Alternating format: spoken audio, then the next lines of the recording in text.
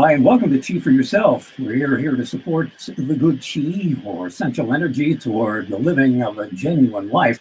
Glad you're with us today, wherever you happen to be in the world at the moment. Our guest today is a world-renowned intuitive author and a spiritual teacher who's made a big part of her work supporting people in doing spiritual work on their own. We'll look at that in a minute or so.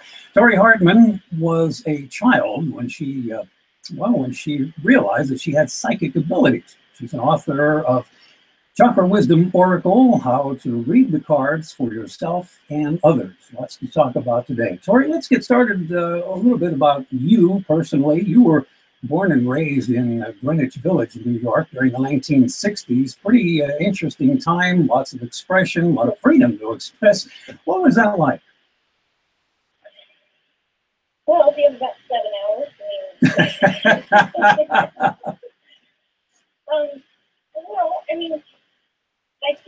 I think that for all of us, wherever we're from, our thought process and how we I want to say process events in our lives and how we are in the world. So I think that what I noticed is because I grew up in Greenwich Village, I grew up in kind of a crazy time, and I think as a result, because I grew up there, I didn't have parents, by the way, who didn't work 9 to 5. So I never understood the idea of a job. Like, that just never made sense to me. Right? And so I have friends that laugh at me because I just, they'll call me, and this has been my whole life. They'll call me and they'll say, "What are you doing?" I'm thinking about myself. So I think that, and they'll be like, "Gosh, I wish I had your job." Yeah. And you too can think about me. So I think that, energetically, I always found ways to make my creative energy part of my purpose and part of my work. And also, I think growing up in that time, while it was fun and, in some ways very sexy and very kind of new, we had just come off some of the very cool distance, and everybody had, cigarette holders, and people were very sophisticated in some ways in New York. And I think that the village was still the place to come when you didn't know quite where you fit. It was sort of like, in a funny way, like high school before Mars, where all the crazy people gathered. Mm-hmm. So it was a time when, in many ways, and I say this all the time when I'm working with people, are wounded because they're greatest gift.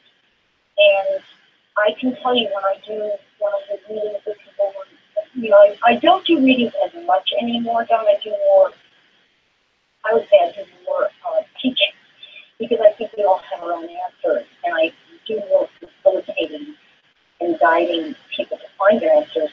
And as a result, I think that the single biggest thing that I have seen with people today, most people over 40 now, I'm seeing this a lot, where people say, "I want to write my book, I want to create my life, I want to do my expression." And what my work is to really bring them back to finding their own answer and knowing that they're wounding. Whatever they found scarring growing up, actually is a big gift of how to find it. So that's in a nutshell. And of course, then in my 20s, I had a near-death experience, and that was what brought these angels and guides forward to create the chakras and oracle cards, which I'm self-published because nobody wanted it. I knew it was important, and I spent my life savings. It's the dumbest thing anybody could ever do. Wow. Don't tell them not to. It's the thing with most parents. I say to people, the kids are making the most crazy in this crowd. And I did the dumbest thing. That's what I like saying. Well, can we call that an intuitive hit? Were you intuitive, or did you just throw caution to the wind and say, "I'm going to go for it"? No, it was definitely a calling. It was a very powerful calling. It wasn't, I think what happens is, and I'm glad you're asking that, because there is a definite difference between a thing of, I'm going to invest this money and make all this money. Mm-hmm. And I know this is super important. And at the end of the day, if I spent my last, and I had $100,000 savings, and I spent $95,000 to have it printed and made, and get everything made in China, blah blah blah. And my intention was at the end of the day, if I'm sitting here with a deck that I know is important, then that's enough for me. And maybe I'll have wasted all my money, but I know it's important. And so what it was about was I wanted the deck. I wanted it. And then I found out once I got it, and by the way, I want to interject because I think this is important, John, that you just stated. There's a difference between friends of mine who call me and say, they've got some MLM to sell me where I'm going to make $10,000 in 5 minutes, Right. versus unknowing. And I always say there's a difference between belief and knowing. Some people come to me and say, well, what do you really believe? And I'm like, okay. They're like, what? And because a belief always has an against this energy. If you change your belief, you're just putting another belief on it, or putting a band-aid on a broken leg. And just to give you an example of the difference, is that years ago I was sitting at a bar, I was with a bunch of friends in my 20s, and now the guy's very famous, but at the time he wasn't. He was one of the crew that we all hung out with. And he said, do you really believe this belief that you do? And it was, different psychic at the time. And I said, nope, I don't believe it at all. I know it. And it was in that moment that I really got the difference between belief and knowing. Because belief has an against this energy. We're always going to argue when it comes to a belief. I believe that Hillary's better than Trump. I believe Trump is better than Hillary. So when you get into belief, there's always a fight. When you have a knowing, you can't argue with a knowing. I know this is right. How do you know? I just know. Yeah. There's no way to, because and so going back to the full circle of what we're talking about, I knew that this step was important. Mm-hmm. I knew it was vital. And I took all my money and put it behind it. Now, when I got money delivered and I had 10,000 decks, and of course it was like all over my neighborhood, they delivered it. I got storage, and then what happened from that moment was I recognized, when I went to put it on Amazon was going to charge me more than I would make. Mm-hmm. So in other words, what I paid and what I was giving them, I would lose $1 on every sale. And so I couldn't sell it on Amazon. And it was just completely insane. And I turned around and I said, okay, what do I do? And something said, it was free. And I knew that meant free shuffle online, which I did. And with my last $5 grand, I put up a website, and it's free. People come and try the cards free, and you came. And one by one, people came and bought the deck, and they bought the deck, and they bought the deck some more. And the point I'm making is that when the deck sold, I suddenly, within 2.5 years, I sold almost all 10,000. And then I kept calling, and I said, I'm going to go to Europe. And I'm going to sell this in the UK. Well, I did. And I found a great publisher there. And when I Chakra Wisdom Color, the deck actually has sold around 50,000 copies in 3 years now. And in 7 languages, it's going to be put to 2 more. And it has been fascinating because the goal was, for me, to make sure it helps people. And it has. Mm-hmm. Now, will I ever make back that money? I don't know. I really don't know. I made some of it, obviously, but here's the point.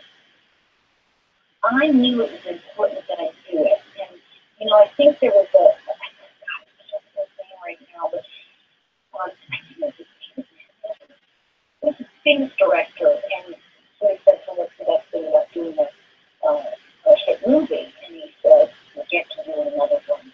Mm. And so for me, the best thing about doing that was that I got to write the toolkit, which had the original fables in it. And then people were writing me and said, but I want to go deeper. I see what this is. There's something here. What do I do? And I said, okay, I'm going to write How to Read the Cards for Yourself and Others, which is the book we're talking about today. And that book is absolutely, when I tell you I'm going to make 3 nickels and a dime on it, because it's so specific in how to read those cards. But at the same time, one of the reviews I got, John, was that somebody said, these are amazing techniques to learn to read these cards. And I personally do not believe that, I don't anymore read future readings. I don't do predictions. Right. I validate where people are, and I support them in their decisions. Because I think the biggest issue that we face today is facing personal invalidation of the really tough. Well, you mentioned. And you mentioned in the book that the cards don't tell you things. They're not predictors. They're tools to take you through your own process. Is that right? Yeah, and I think any deck really is not a predictor.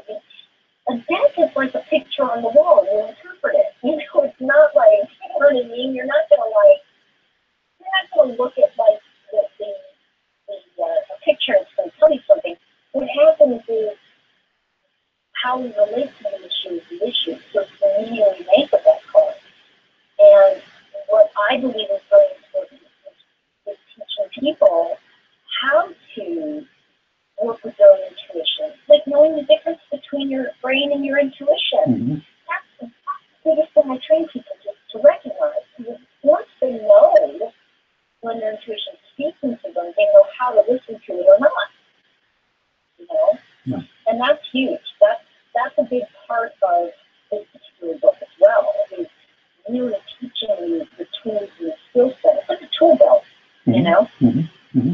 When I got the book and the cards, I opened the cards and I pulled one, shuffled them, I pulled one, and I got an upright joy card, which really blew me away, because just hours before I was having a conversation about joy versus happiness and how important I felt it was. And when I saw that, I thought, whoa, this is really wild. I mean, it's just something that can take you, I guess, in any direction.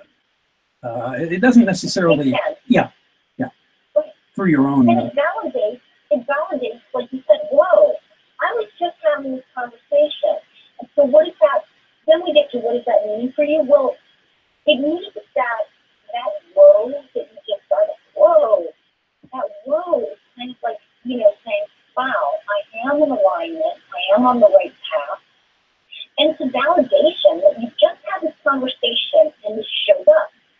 So what that also means is, if you take it deeper, right, if you go into the definition in the deck, in the bigger book, How to Read the Cards for Yourself and Others, you can go into the aspects of intergenerational healing, what it's telling you about ancestors. If you look at what the aspect for the chakra is, there's a lot of deeper work that's going on in that deck. However, one of the things I say to people is that, the joy card isn't necessarily a good card, right, any more than, than, I'm just trying to think, than, what's the one, hey, they're about to go. Any more than, like, I'm trying to think of, I can't think of a card right now, but thinking of another card that would be, quote, negative, Mm-hmm. Because when we look at the joy card, sometimes I'll look at it and I'll say to somebody, I love that these good things are happening for you, and are you experiencing them, or are you feeling disconnected from what's good in your life right now? Yes. And they were like, oh, I am feeling disconnected. I'm struggling with the idea of how to deal with it. So then we go deeper and we can look at how to embody the joy inside. Because sometimes if you look at the fable, which that card is, it's the story of but it's the fable that when we look at the story, we recognize that this is someone who brings other people joy, but may not be really experiencing it in their own life. So we look at that as well. You know, in other words, are you the traffic cop who gets everybody there safely and they go enjoy their picnic, but you're still out directing traffic? Mm-hmm. And so sometimes in our life we have to look at, oh, that's the role I'm playing. And so these cards really help us see also the role you've chosen to take on that may in fact be dictating your life experience. So those are just some thoughts, you know, random thoughts. Those are just some thoughts. Deep thoughts. Around that particular card, you know. And it's just, and also, you know, time of the taping, I want everybody to know, like, we've got so much change going on right in this moment. And we don't know, a lot of times, we don't know what the purpose of a turbulent time is until we get to the other side of it. And, you know, I think that there's that famous quote of circumstances don't make a man, they reveal him. Yes. And I think the thing that is happening more and more is that we have to look at how we relate to the issue with the issue. In other words, you're not going to get some future message about your life from some psychic. And don't take me wrong, everybody, because I'm a psychic, okay? But I don't know, I personally, internally, where I come from, I want my job to be obsolete. I really believe that everything about your relationship with who you choose to call God, and ultimately Archie, a very life energy, is when we relate to everything in our atmosphere, however we relate to it. Mm-hmm. And at the moment of this taping, everybody, we're looking at so many hurricanes bearing down on Florida. And what we're really looking at is, oh my gosh, do you see how much turbulent energy I'm in America, but as a, like just even the American, how much turbulent energy we've been putting out there in this last year? Yes. Think about it. Are you surprised that we've conjured these hurricanes? Not at all. And you know, I mean, think about it. Think about how much quote with this. All that energy. And I'm not judging right or wrong. I'm just, because I know from me, when I go into upset, and I'm being upfront with all of you, and you too, John, when I go into upset, my computer says that. Mm-hmm. It's just because my energy, right? It's not blame. It's not blame. It's just an attractor energy. You're bringing those things closer to you. Right. So let me put this way to you. When you've got hundreds of thousands of people in some kind of movement called resist, and there's anger on the internet, screaming at each other, how dare you be a this supporter, or don't support that, and we are this. What do you think that energy is sending out to the universe? And I want you to, everybody, just drop their shoulders and just become, and I talk about this in the book, your neutral observer. A neutral observer steps back and says, wow, that's interesting, I'm really angry. Okay. And the thing that happens is, and it doesn't mean that we have to deny it. This isn't about denial. I'm not processing you. It's about observing. Oh, that's interesting. I'm angry. And what we do with that anger now is we send it out to other people. Like we bully people on Facebook and Twitter. We bully. I'm not saying that our president is right or wrong. Okay, I'm getting into that. Mm-hmm. I'm saying we bully each other based on what we think other people are. And we are creating this swirl of energy that has now created 33 hurricanes. And you can say the air knows about that. Yeah. No. You know what? Mm-hmm. If one person can manifest the love of their life, of their car, a fabulous life experience, healing their body, can you imagine how much that energy, when it's focused on hating someone else or their beliefs, can you imagine what that's going to have to the universe, John? Oh, amen. I mean, one person can do it and whole societies can do it. It's the same law. Yeah. And so we have to look at, oh my gosh, let it begin with me. It's in the Bible, kids. I mean, it's like but it's in the Bible. I mean, and I'm not necessarily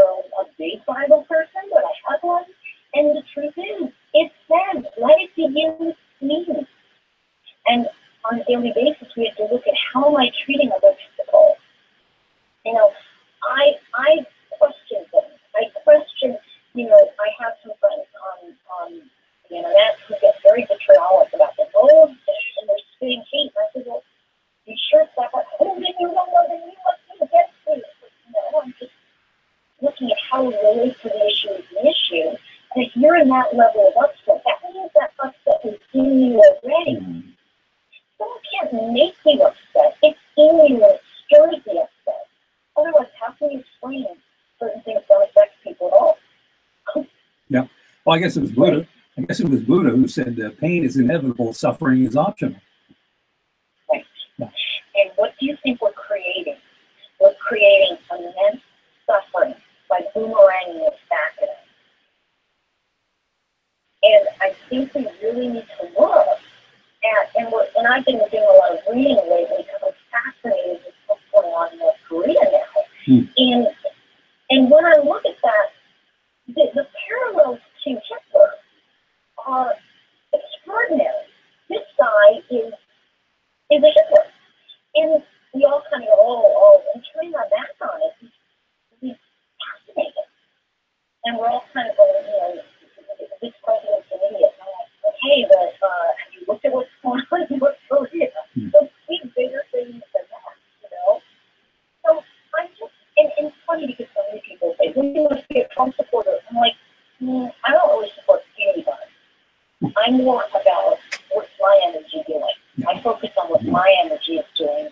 And you have to remember, we created as a consciousness what's going on in the universe. This isn't like some surprise. And if it is, you're not very conscious. I'm sorry. I said that to a friend of mine and she got really pissed at me. And I was like, you know what though? Think about it. And when she thought about it, she's like, you're right. She said, either I'm part of it or I'm not. And I said, absolutely. And you can't say you're not part of it. You created it. I created it. How do we shift it? Now, you mentioned in the book you mentioned great servant. Are you talking about God? Yes. And the great servant, the way that story came about, and of course it is in the book, was that I was, and of course the whole story's in there, but I'll give you the Cliff Note version, which is that we used to call it Monica. But just the short version of it is that after my near-death experience, I had angels come and tell me what I thought was a ridiculous story. Now, when I was a child, my mother told me from the time I was 5, I had no command of the language, and she had to write my papers for me. So I never wrote a word in any of my school papers until she died when I was 15, and I could English. And she dictated my papers to me, or she would be upset if I didn't write down exactly what she said. The reason I'm telling all of this to you is because when the angels came and they dictated the fables to me, my personal wounding uniquely qualified me to take the dictation from the angels. Because if I didn't write it down the way my mother wanted it, she was fly into upset. And so I wrote down exactly word for word what the angels told me. So sometimes, and when the editor was cleaning up, the book, she said, "Oh, well, we're going to abbreviate this, we're going to change this in the, for the full table, and the full table is written out." She said, "Oh, we need to put it down." I said, "We can't, because that's how it was given to me." And she went, "Oh, okay." So even because it went from American English to British English, she wanted to change apartment to mansion block, And there were little things like that. And I said, "Well, we've got to keep it as it was dictated." Now, the reason that's important is because later, when I moved to California from New York, and I had visitations from the great servant, I didn't know who this was channeling through me. It felt very powerful. But one day I asked him, "Who are you? What should I call you?" And he said, "I am." And I said, "Huh." And I was a friend at the time, and we both knew what I am, and oh my God. And I said, "What do I call you?" And he said, "I am your servant." And I said, No, I'm not calling God my Mm-hmm. I said, how about the great servant? And, he just said, as you wish. And so he became the great servant. And I had channeled an entire book with his energy through to my friend.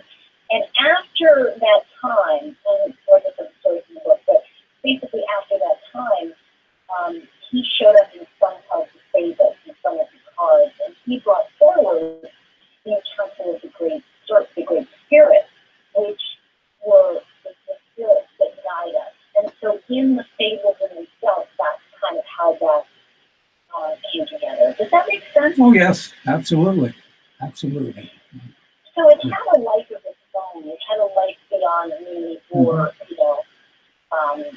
it was just a little bit, on its own, so to speak. Yeah. I mean, it was kind of like there was the way for things to go, and it just, it just worked out on its own. Yeah. I mean, there's no better way to put it. And what happened in this particular book, How to Read the Cards for Yourself and Others, John, is that there were 17 great spirits, including the great servant himself, and those, when I was directed to pull those cards out separately, I started to realize those were the cards of destiny and death. So in the original cards, when you get the card deck, the Chakra with the Oracle cards, it comes with a small guidebook. Mm-hmm. Then there's a toolkit which has the original fables in their full form, because the original fables were had to be cut down in the guidebook with the cards, because it would be too big a book otherwise. Mm-hmm. And so that then became its own book of the toolkit. And then, of course, the How to Read the Cards for Yourself and Others was the third book, which goes even deeper into reading technique. Yeah. So I don't know if that makes sense, but that's how that whole trajectory works. Yeah, it does. It's just a great compilation, a great explanation too. My compliments on that. I'm going to ask you one more question here, and we've got to wrap it up. Now you are intuitive, and I'm going to ask you what you, not as a prediction so much, but what kind of hit are you getting for, as we've already mentioned, a very troubled society? What do you see in the future, near future, distant future? What do you think?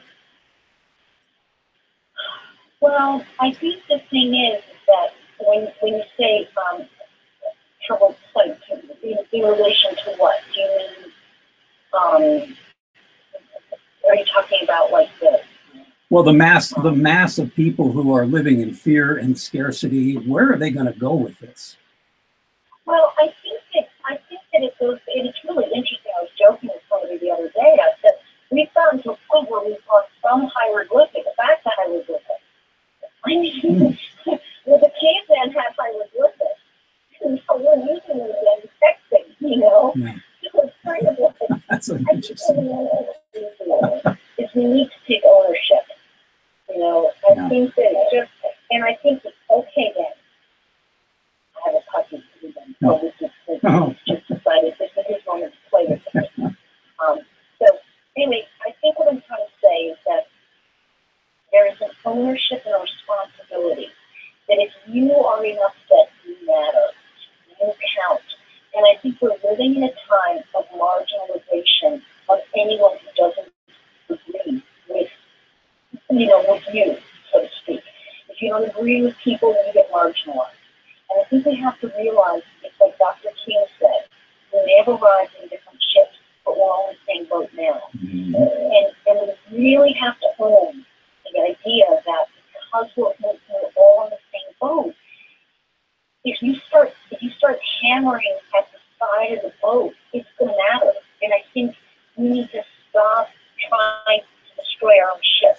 And the way to do that is to accept that while we're different, we all have one common cause, which is, the peace, liberty, and the pursuit of happiness, really. Mm-hmm. And I think if I understand that people are living in fear, and yet it is a choice. Lincoln told us that. So I think if we really go deep inside, we can recognize that we're all not that different. We just have a difference on how we're going to get there. And it doesn't mean that, you know, that it's, it's, a, it's going to be a bad time, but I think we have to recognize that like Hitler was crazy, this man in North Korea is crazy. And I think that what's happening, and I'm hoping this will continue to happen, is that the infighting within America in particular, we all have to recognize that the enemy is actually a crazy dictator right now. And we've created another Hitler, but it's not in our country, it's out of this country. It's really in North Korea. And I think that so many people are screaming we're Nazi, and what they don't see is that we've got the Nazi dictator right in our world right now. And I think that's the real thing to say, is that these people who believe in religion, and don't, like you live on, right? It's right and love. Mm-hmm. I believe it, but at the end of the day, if someone's crazy, they're crazy. Do you think going and negotiating with Hitler would have worked? No. Hard to believe. So, and I think we're seeing that right now. So my biggest message right now is stop fighting with each other. Just breathe. We do have someone who's hurting people. He's hurting his own people, and he's hurting the environment. But you know what? He's not in our country, kids. Because we've got to really wake up and recognize that that when the chips are down, we're together in this. And so I would say what I predict is that, and I believe in the country, I really do. And so I believe that as a people, we're greater than anything out there. And if people just start to wake up and recognize where the danger is, and we see it, I think we would be a whole lot better off, because it is about coming together for common good. And there are so many people in North Korea who don't even recognize the brainwashed. It's the same thing as the Nazis, So, and when we look at the Nazis, look at these people in North Korea. We can't hate North Koreans, right? I mean, we can't. But they're in fear. But don't kid yourself for 10 seconds that they wouldn't think about killing you. It's the same thing with the Nazis. So I think we really have to get that we have created this school of energy that's so internal. We've got to take it and see it, and then just really pray on it and say, okay, help me see this clarity, make it better so I don't miss it. Your website is chakrawisdomoracle.com. Of course, you can find out more. No, it's actually Tori Hartman. It's ToriHartman.com. Oh, you're okay, because I have both here. I was going to refer to both. But, yeah, it's the Tori Hartman one. Okay, so we use that one, and the book is Chakra Wisdom Oracle, How to Read the Cards for Yourself and Others from Tori Hartman. Tori, thanks for being with us today and for your work in explaining what the cards are helping us learn. The book, the cards, like I said, a beautiful set. All the best to you, and we'll be keeping tabs on your work, so feel free to come back and talk to us again, okay? Well, thank you, and I certainly will. I appreciate it. All right. I appreciate all of you. Thank you. Have a wonderful day. Talk to you again. You too, John. Thanks, Tori. See you. Thank you. Bye-bye. Bye. All right, Tori Hartman, our guest today, and as I mentioned in one of the blog posts on Genuines, there'll be lots of other great guests coming your way too. We're finalizing the appearances, and we'll let you know when by way of Genuines blog post. The best way to find out, achieve4yourself.com is where you'll find the Genuines blog, and when you subscribe, you'll learn what's happening as far as guest time and date information, and catch up on things like freebies and what have you. It's all there at achieve4yourself.com and Genuines. I think that's going to about do it for today. I want to thank you for all of the support. We'll have a link to Tori's website at achieve4yourself.com. I want to make sure to mention that. And that will just about do it. As I was going to say, thank you for your support, for your follows and likes as well. Always appreciated. Have a great day, be well, and I will talk to you soon.